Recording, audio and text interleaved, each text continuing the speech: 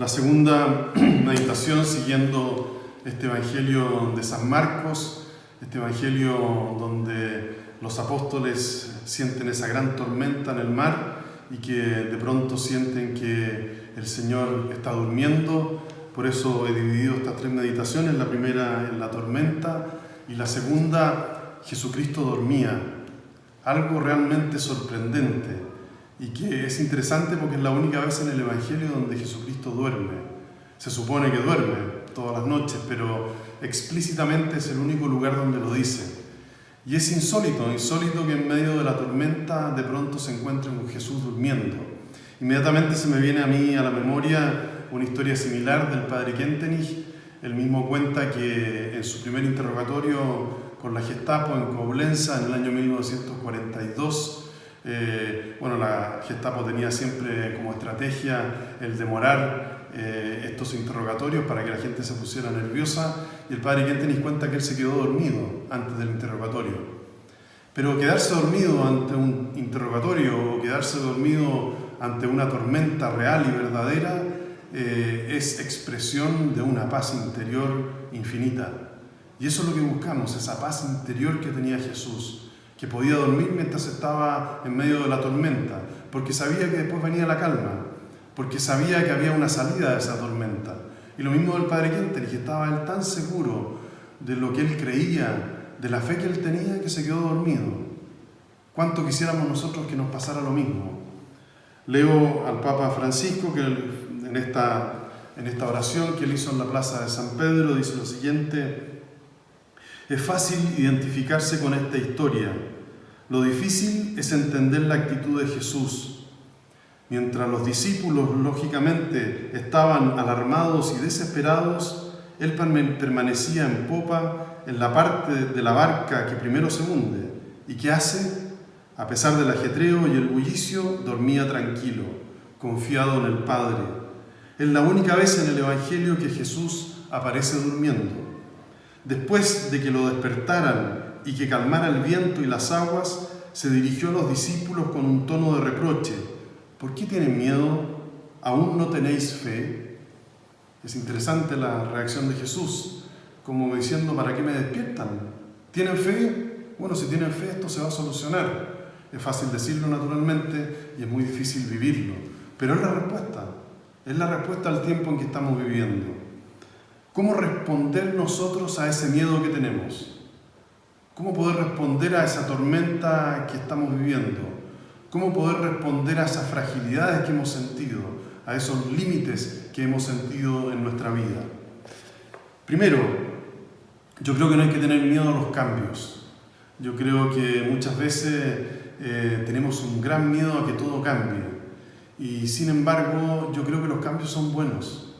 Hay una cantidad infinita de cursos hoy día de liderazgo, de cursos en las empresas que tienen que ver con eso, con el cambio, de adaptarse al cambio, de que uno tiene que estar dispuesto al cambio, pero cuando viene el cambio y cuando viene la crisis, la gente dice, no, bueno, eso no.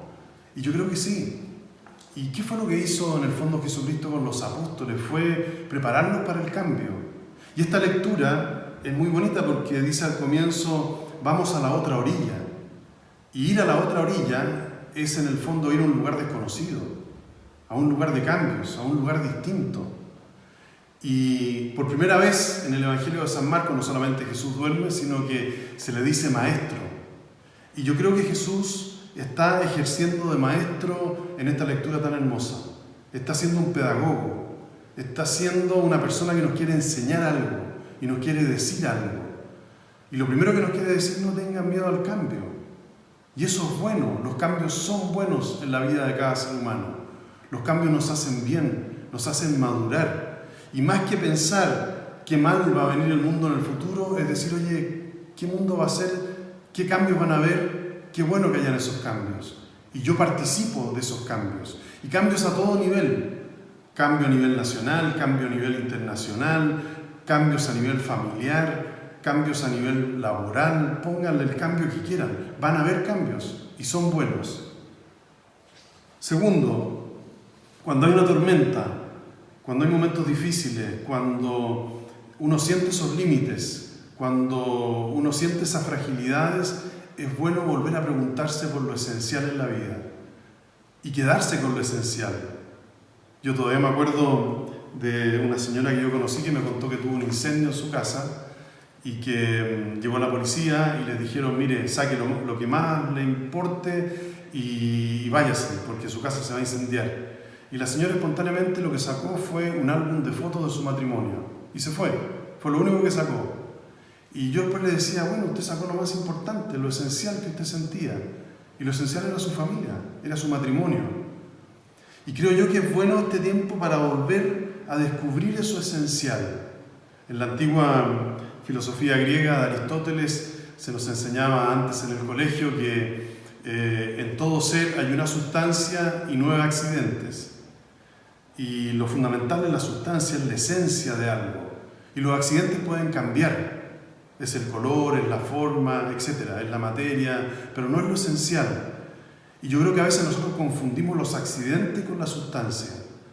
Y nos vamos olvidando de que son accidentes, de que son cosas superficiales, de que son cosas secundarias y nos olvidamos de qué es lo esencial. Y este tiempo nos puede ayudar para eso, para volver a decir, bueno, en mi vida esto es lo esencial y por esto me juego. Y si me dijeran como a esta señora, saque una sola cosa de su casa, ya sé lo que tengo que sacar, porque eso es lo esencial. Tercero, yo creo que este tiempo, y sobre todo este tiempo después del coronavirus, nos va a llevar a una vida más sencilla. Y yo creo que eso también es muy bueno. Creo que nos habíamos llenado de tantas cosas que no tenían sentido. Y habíamos perdido la capacidad de lo sencillo, de la austeridad, del alegrarse con cosas maravillosas que tenemos en el mundo y que no valen nada o que valen muy poco, como es el amor, en el sentido, no valen nada en el sentido económico, pero la amistad, el amor, el conversar, la naturaleza, hay muchas cosas que uno puede hacer en forma más sencilla. Y yo creo que es como volver a las bienaventuranzas. Bienaventurados los pobres de espíritu, nos dice Jesucristo. Y eso es, bienaventurados los pobres de espíritu. Vamos a ser más pobres de espíritu y más felices. Y no solamente eso, el padre Kentenich utilizaría otra imagen que dice, tenemos que ser como los niños.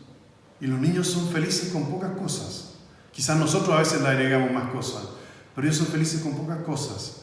Y llegar a esa felicidad, de esa sencillez, de esa pobreza de espíritu, de ser como los niños, es, creo yo, una de las grandes enseñanzas de este tiempo. Cuarto, la importancia de confiar en Dios. Yo creo que esa es una enseñanza fundamental en este tiempo. Y es lo que nos dice la lectura de hoy, confiar en Dios. Y es lo que nos dice también, lo primero que le dice Jesús a los apóstoles, ya no creen, ya no confían.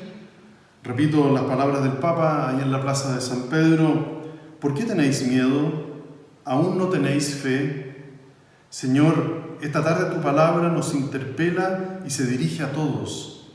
En nuestro mundo, que tú amas más que nosotros, hemos avanzado rápidamente, sintiéndonos fuertes y capaces de todo, codiciosos de ganancias. Nos hemos dejado absorber por lo material y trastornar por la prisa.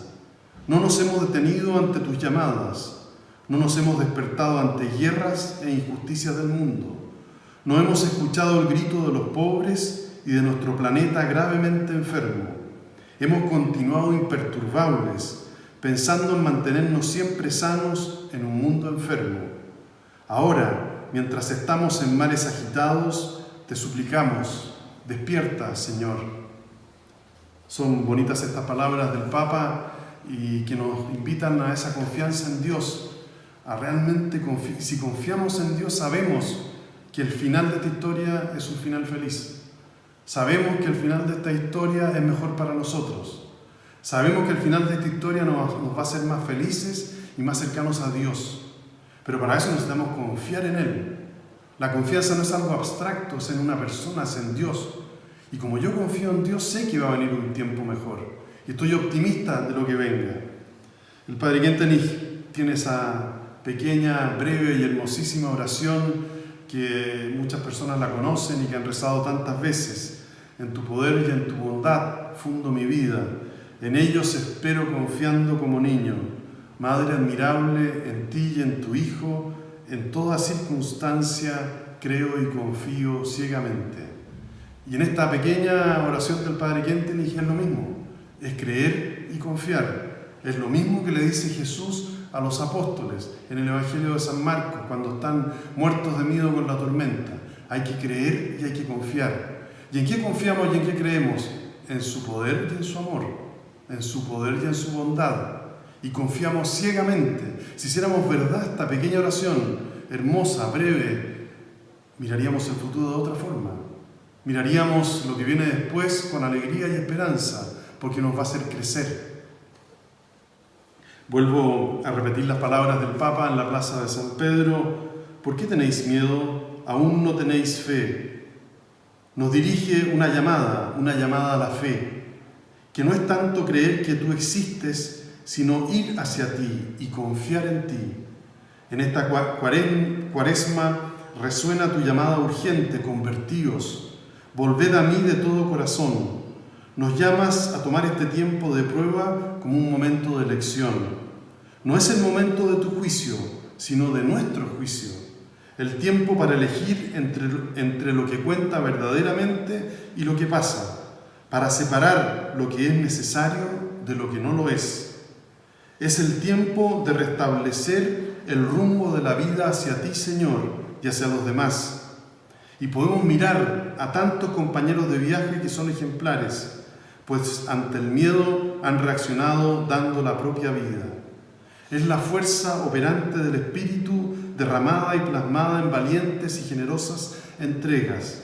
Es la vida del Espíritu capaz de rescatar, valorar y mostrar cómo nuestras vidas están tejidas y sostenidas por personas comunes, corrientemente olvidadas, que no aparecen en portadas de diario y de revistas, ni en las grandes pasarelas del último show, pero sin lugar a dudas están escribiendo hoy los acontecimientos decisivos de nuestra historia. Esta segunda meditación que nos invita a creer y confiar, esta segunda meditación que nos invita a hacer lo mismo que Jesús, a dormir confiados en los brazos del Padre ante la tormenta, a tener una fe muy grande, a ser capaces de todos los cambios, a ser capaces de crecer interiormente porque sabemos que tenemos el amor y el poder de Dios. Les dejo algunas preguntas para esta segunda meditación. ¿Qué cambios quiero hacer en mi vida? Creo que esta cuarentena es un momento ideal para hacerse esa pregunta. Y eso vale para todos, no solamente, como les decía, a nivel internacional o a nivel de país, qué cambios necesitamos, sino que también, en primer lugar, en mi vida. ¿Qué cambios quiero hacer yo? ¿De qué me he dado cuenta que tengo que cambiar en este momento, en este tiempo que he vivido? Segundo, ¿cómo confiar más en Dios? Y creo que también ahí hay que ser bien concretos. ¿Qué puedo hacer para confiar más en Dios? ¿Qué puedo hacer para poner a Dios en el centro y para entregarme a Él? Porque eso es la confianza, es darse a Él. Creo que estas dos preguntas nos pueden ayudar. ¿Qué cambios quiero hacer yo en este tiempo? ¿Y qué puedo hacer para confiar más en Dios?